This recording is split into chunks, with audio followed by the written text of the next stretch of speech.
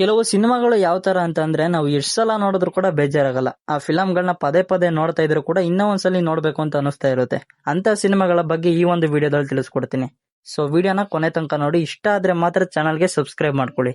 Link ಕನ್ನಡದಲ್ಲಿ sci-fi cinema ಬರೋದು rare case. ಅಂತ ಟೈಮ್ ನಲ್ಲಿ ಈ ಫಿಲಂ ರಿಲೀಸ್ ಆಗಿ ಜನರಿಂದ ಒಂದೊಳ್ಳೆ ರೆಸ್ಪಾನ್ಸ್ ನ ಪಡ್ಕೊಳತ್ತೆ ಈ ಮೂವಿ. ಈ ಫಿಲಂ ಮೈನ್ ಕ್ಯಾರೆಕ್ಟರ್ ಹೆಸರು ಅಪೂರ್ವ ಅಂತ. ಅವನು ಒಂದು ಟೈಮ್ ಟ್ರಾವೆಲ್ ಲೂಪ್ ಅಲ್ಲಿ ಸಿಗಾಕೊಂತಾನೆ.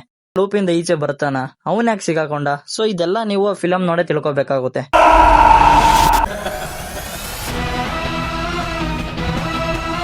Rice of dragon Pradeep Ranganath ಅವರ ಲೀಡ್ ರೋಲ್ ನಲ್ಲಿ ಕಾಣಿಸ್ಕೊಂಡಿರುವಂತ ಸಿನಿಮಾ. ಈ ಫಿಲಂ ಮೈನ್ ಕ್ಯಾರೆಕ್ಟರ್ ನೇಮ್ ಬಂದು ಡಿ ರಾಘವನ್ ಅಂತ. 12th ಅಲ್ಲಿ 96% ನ ತಗೊಂಡು ಒಂದು ಹುಡುಗಿಗೆ ಪ್ರಪೋಸ್ ಮಾಡ್ತಾನೆ. ಬಟ್ ಅವಳಿಗೆ ಬ್ಯಾಡ್ ಬಾಯ್ಸ್ ಅಂದ್ರೆ ತುಂಬಾನೇ ಇಷ್ಟ ಇರುತ್ತೆ.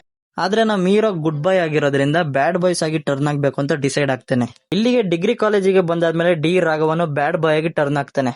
ಡಿಗ್ರಿಲಿ 48 ಬ್ಯಾಕ್ಲಾಗ್ಸ್ ಗಳನ್ನ ಉಳಿಸ್ಕೊಂಡು ಡಿಗ್ರಿ ಎಷ್ಟು ಇಂಪಾರ್ಟೆಂಟ್ ಅಂತ ನಮಗೆ ತೋರಿಸ್ಕೊಡ್ತಾನೆ ಕೊನೆಗೆ. ಫಿಲಂ ಅಲ್ಲಿ ನಿಮ್ಗೆ ಏನಿಲ್ಲ ಅಂತ ಕೇಳಿ, ಎಲ್ಲ ಇದೆ. ಕಾಮಿಡಿ ಇದೆ, ಎಮೋಷನ್ಸ್ ಇದೆ, ಸಾಂಗ್ ಇದೆ, ಲವ್ ಇದೆ. ಲಿಟ್ರಲಿ ಮಸ್ಟ್ ವಾಚ್ ಅಂತಾನೆ ಹೇಳ್ಬೋದು. ಇನ್ನು ನನಗೆ ತುಂಬಾ ಇಷ್ಟ ಆಗಿದ್ದು ಅಂದ್ರೆ ಅವ್ರ ಅಪ್ಪನ್ ಕ್ಯಾರೆಕ್ಟರ್. ಮಗನ್ನ ಸರಿದಾರಿಗೆ ತರೋದು ಪ್ಲಸ್ ಅವ್ನ್ ಸರಿದಾರಿಗೆ ಬಂದಾದ್ಮೇಲೆ ಅವನ ಜೊತೆ ನಿಂತ್ಕೊಂಡು ಅವನಿಗೆ ಸಪೋರ್ಟ್ ಮಾಡೋದು ತುಂಬಾನೇ ಚೆನ್ನಾಗಿದೆ, ನೋಡ್ಬೋದು.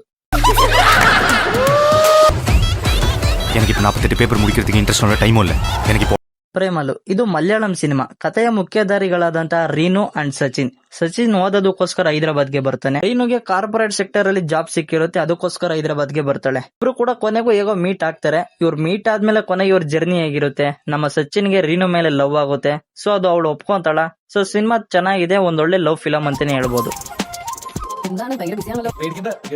ಮೇಯಳಗ 2024ರಲ್ಲಿ ಬಂದ one of the best movie.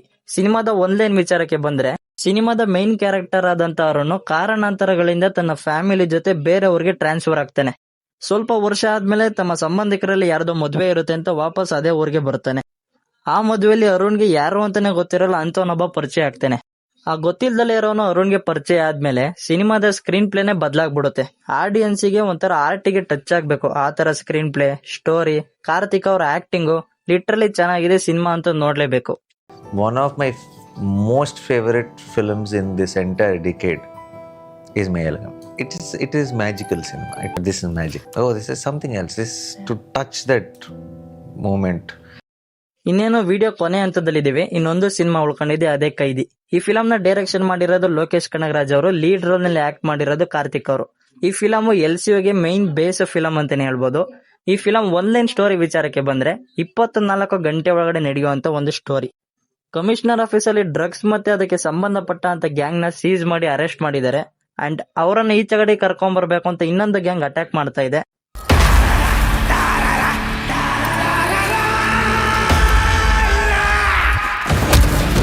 ಇದಿಷ್ಟು ನಾನ್ ಸಜೆಸ್ಟ್ ಮಾಡಿದಂತ 5 ಒಂದೊಳ್ಳೆ ಸಿನಿಮಾಗಳು. ಈ ಫಿಲಂಗಳನ್ನ ನೀವೇನಾದ್ರೂ ನೋಡಿದ್ರೆ ಕಾಮೆಂಟ್ ಮಾಡಿ.